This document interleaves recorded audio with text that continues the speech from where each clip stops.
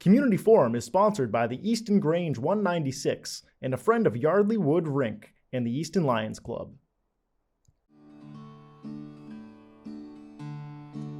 There's a storm across the valley, the clouds are rolling in. The afternoon is heavy on your shoulders.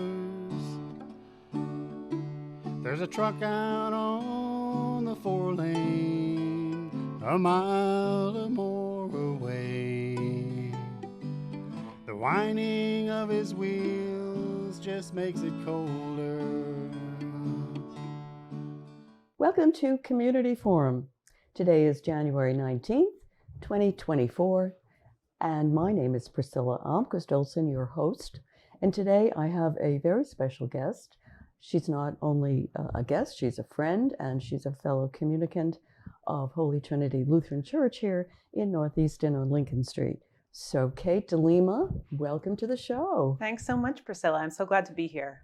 And today we're going to talk about something that's very special, also very controversial, but also something that really needs to get out to the public so that they know the truth, they know the consequences, and they know what we need to do in order to ameliorate the current situation. So, and we're going to talk about a book. So, Kate, you want to start with that? Sure. So this is the book. It's called Raising Kids Beyond the Binary, Celebrating God's Transgender and Gender Diverse Children. And it's by Jamie Bruesehoff.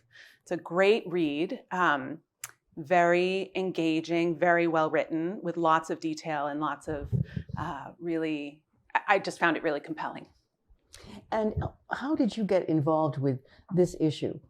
So this is actually a little bit of a personal issue for me. I have a child who is non-binary, which means that they don't identify with being male or female, and they use they/them pronouns. So that's why I feel particularly interested in this topic and particularly supportive of this particular author, who is the parent of a transgender child and whose story and mission in life has to do with really making sure that these children, these young people, are supported and celebrated as they should be. And the author does it in a spiritual, religious context. She's married to a Lutheran pastor. She herself has a master's in divinity from a theological seminary. And so she's very well equipped to write this book. And her own personal, as you say, her own personal situation, being the parent of a transgender child, puts her right in the middle of this issue.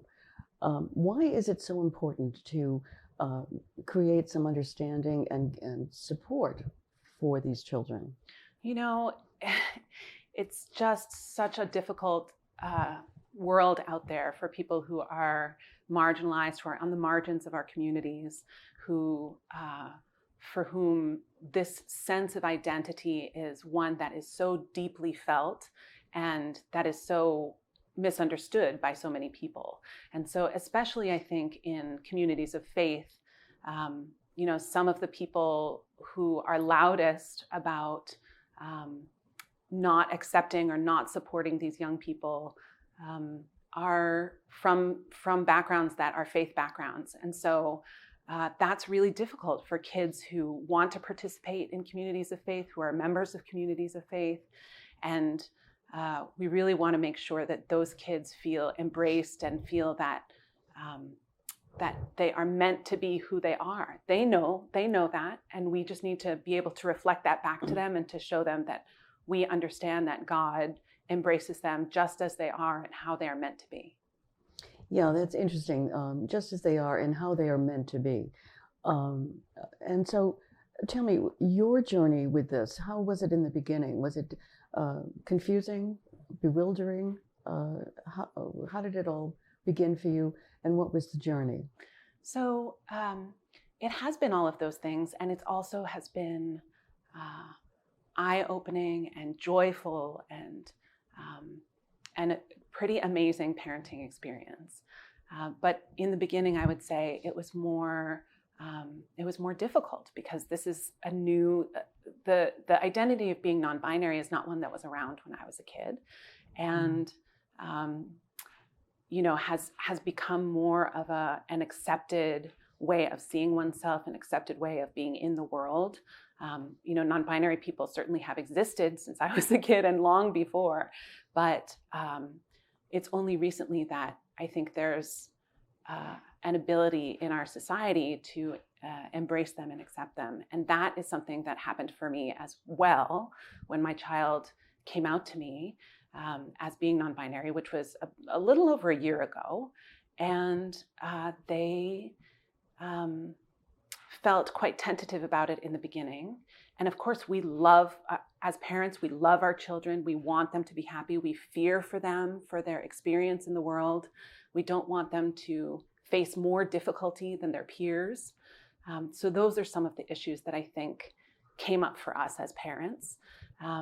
But I think what we discovered is that when we were able to be supportive, when we were able to grow alongside our child in learning about their identity, it just made our life as a family richer, and it made our child, you could really see them growing into themselves and becoming a happier and a more authentic version of themselves. So, Kate, what's it like for your child, especially in the schools? So I would say we've been very, very lucky. Our school has been very supportive, and we didn't have to do a lot of advocacy in order to make sure that our child had, for example, an all-gender restroom to use. But it is a world where they really feel like they have to educate other people all the time, because there isn't a broad understanding. My child is 10, so 4th grade this year. And there isn't necessarily a broad understanding yet of what it means to be non-binary, which they totally understand that that's the case, but it's difficult sometimes when a peer comes up and says, "Are you a boy or a girl?" And they have to say, "Well, I'm neither, actually. I'm not a boy or a girl. I'm non-binary." And they say, "Well, no, you're not. That's not the way it is." So that can be exhausting. That can be exhausting for a kid to feel like they have to represent this identity, this reality for their peers, for adults in their lives. And that can be quite difficult. So I would say we've been very lucky in many ways, and also we realize what a challenge it is. Yeah, I was going to say, it's a challenge. And now we have an opportunity this Sunday, January 28th, a week from Sunday, January 28th, to actually meet and listen to the author of this book. And Jamie, what's her last name? Bruesehoff. Bruesehoff. Yeah. Okay, so Jamie Bruesehoff, she will be at Holy Trinity Lutheran Church on Lincoln Street in Northeastern on January 28th at 1 p.m. And we invite you to come and ask her questions and listen to her. I understand she's a very dynamic speaker. Yes, I believe that's true. I can't wait. I'm very, very excited about this event. And I think what I understand is that her daughter will be coming with her. So Rebecca, Jamie's daughter, was a speaker at the Lutheran National Youth Gathering when she was only 11, I think, for 31,000 people who were gathered at the time. Wow. So I think Jamie and Rebecca are both going to be at this event on the 28th at 1 p.m. at Holy Trinity. That's great. So it's going to be mother and daughter. And so the perspective from both of them will be very interesting and educational. And I'm sure it'll be a very engaging discussion. People will be asking questions of both of them. And this, of course, is not just a symposium for adults. It's also a chance for children to be educated and to feel that this is not something that's unusual, but something that's in the realm of normality or normalcy. And hopefully the viewer will join us on Sunday, January 28th at 1 p.m. at Holy Trinity Lutheran Church on Lincoln Street in Northeastern. So, Kate, what do you feel is the most important goal for this event? I think this event is about creating community. I think it's about making sure that people feel welcome and loved just as they are created to be. And I feel that that is really a powerful thing that people can experience in person on the 28th.